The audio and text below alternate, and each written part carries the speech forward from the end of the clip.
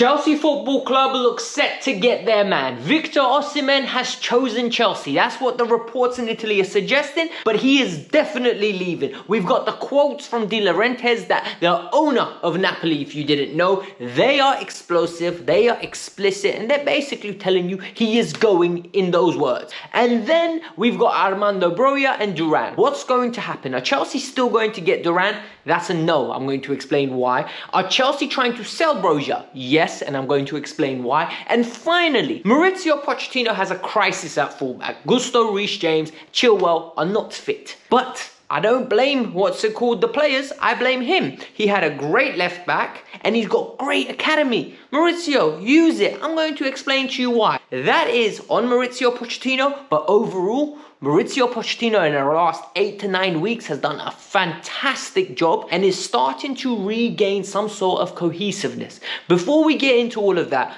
before we move on to the part of the video that you guys definitely have clicked for, I need you lot to do me a massive favor. Hit that like button. I want to get 1,000 likes on this video. In the comments below, let me know what number like you were. It's a great way to start. And finally, subscribe if you made it here, because evidently you watched a minute and a half. In 2024, for you to watch something a minute and a half of, you're clearly enjoying it. So subscribe, because this is the place for your football content. Let's get into it. Let's get onto the story. The saga for Victor Osimhen has been a long one, but it's been an intriguing one, and it recently started when the links with Chelsea trying to get a number 9 were going straight at that Victor Osimhen.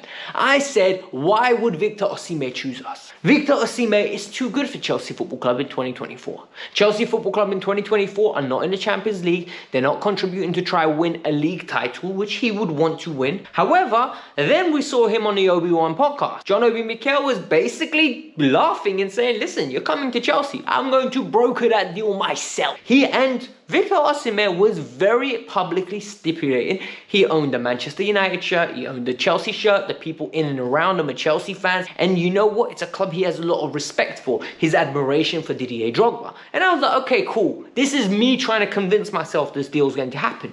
Then a couple of weeks ago, Victor Osimhen basically came out and said, yeah, I know my season now is going to be at Napoli, but at the end of the season, I already know what I'm going to do.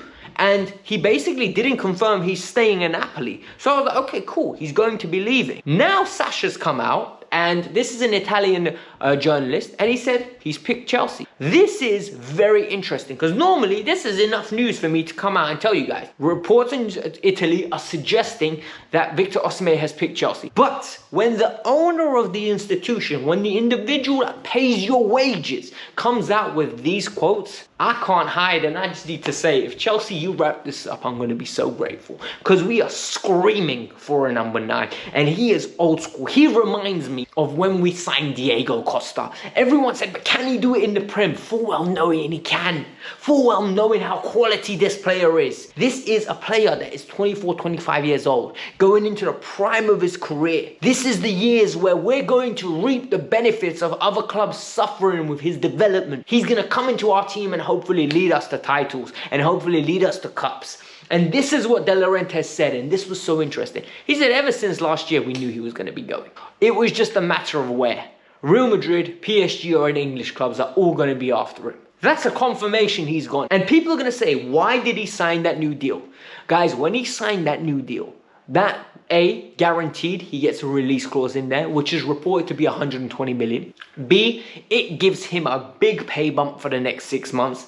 And C, I guarantee you there were agent fees assigned with that contract, where his people got paid, he got paid, and it's just a no-brainer. He's leaving anyway. He might as well let Napoli get paid, and in the process, let everybody eat. Because the reality is, go get your money, mate.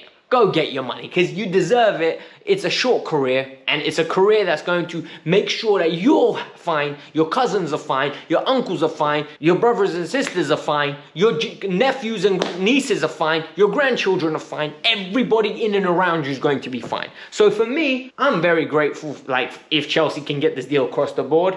But this is fantastic news. What does this mean for Chelsea's January business though? Because their meltdown has been mad.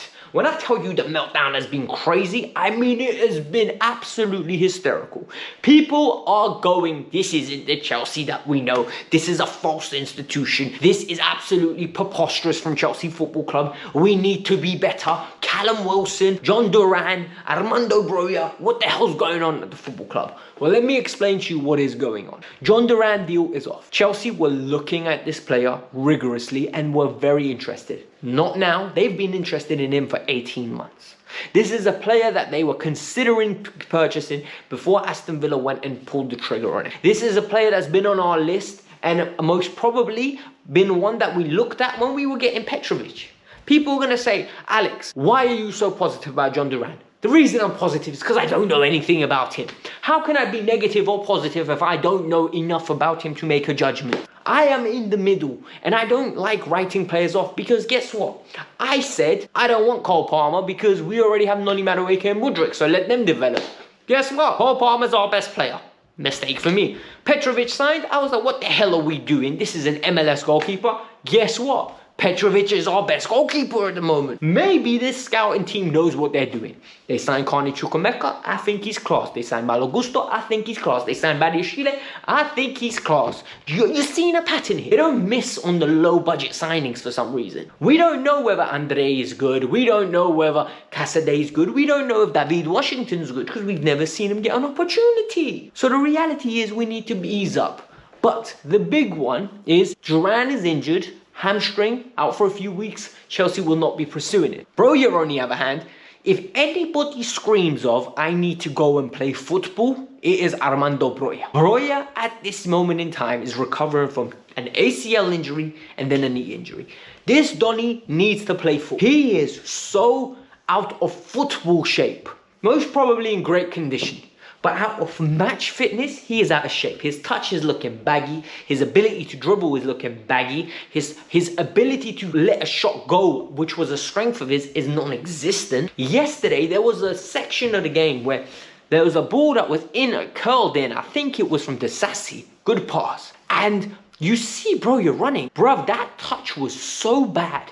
That touch was preposterously bad. That touch was horrible. The only thing missing from that touch was him having a cigarette in his mouth and saying, oh wait, am I playing? Because it was a loose touch that you see at Hackney Marshes. It's a loose touch that you see on goals after the boys had a long day at the office and they rocked up and said, you know what, let's kick some ball. And some of them don't even want to be there. They're just waiting for the pints after the kickabout. Reality is, Broja at this moment in time needs development time. Broja is not ready, in my opinion, for Chelsea Football Club. He needs that development time. At age 27, 28, like Solanke, he's going to look like a competent player. You're going to have people say, we shouldn't have let him go. But we've seen a sample size of Armando Broja now.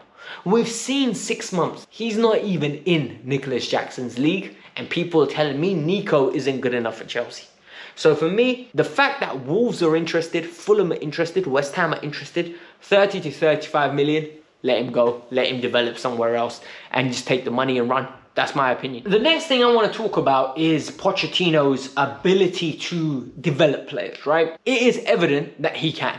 Mudryk has looked a lot better than he did last year. Bar was awfully low. Noni Madueke looks like a very competent player and looks dangerous every time he touches the ball now. And he's even got a work rate defensively. Raheem Sterling's turned into the Raheem Sterling we knew of the past. Cole Palmer's just become magnificent. Nicholas Jackson is developing nice and slowly, but at the same time, you're seeing the attributes of what we acquired. Enzo developing. Caicedo's becoming a 6 when he was an 8 when we acquired him. Levi Colwell's learned how to play the left back position, maybe not to a phenomenal standard, but the issue with me, guys, I feel like Poch is like other top managers. He's very reliant on experience. And in a squad that has a minimal experience, he will rather move a centre back to right back, meaning the right back plays at left back, than play a left back that is young. And I'm going to explain to you why I have a problem with this. Dylan Williamson and David Washington have been taking up regular spots on the bench. Neither one of them has hope of getting onto the pitch as much as me or you. Because the reality is, Poch has got no intention of bringing them on. He has no intention of risking them having a few minutes. And I question why. Because for me, you're seeing first-hand evidence of the academy being good enough. Alfie Gill was a player that a couple of weeks ago was just making up spots on the bench. Then he got 3 minutes, then he got 5 minutes, then he got 25 minutes, then he got a start, and all of a sudden he got back-to-back starts. And he's looked very good. Yesterday, he got subbed off and Badiashile played the 90 minutes. Personally, I would have taken off Badiashile and put Chilwell left back. Don't mess around with a back four. Gilchrist deserved to stay on the pitch and he looked quality while doing it.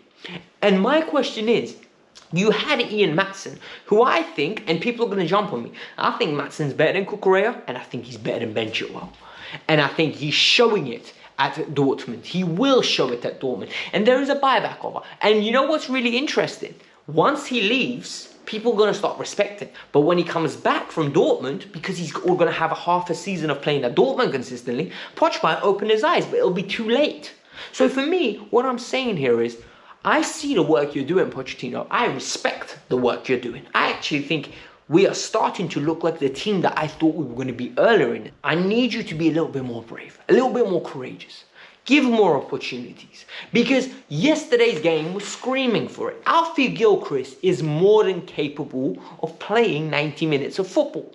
And if you were brave and courageous, Ian Maatsen would have been our left back. The only reason Petrovic is in goal is because Sanchez got injured for a long period of time. And now it looks like, I might be saying in a couple of weeks, we don't need a keeper in the summer. I just feel like if the manager's willing to be brave and courageous, we will find out that this squad has a lot more quality than we think. But that's just my opinion. Hit the like button, boys and girls. Subscribe to the channel, and like I said, here's the match review from yesterday's game. I was very positive in comparison to the other YouTubers that I've watched. A lot of other people felt like Chelsea should have won that game. I do as well, but I'm not very upset given the context. Third place team, and more importantly, 3 days to recover. So go and watch that. Let me know in the comments there that you've watched this video and that video, and now we'll interact with you guys and respond and say thank you very much, because you lot are the A1Gs. Bratuchi, have a lovely day. Peace out. I'm out. Bye-bye.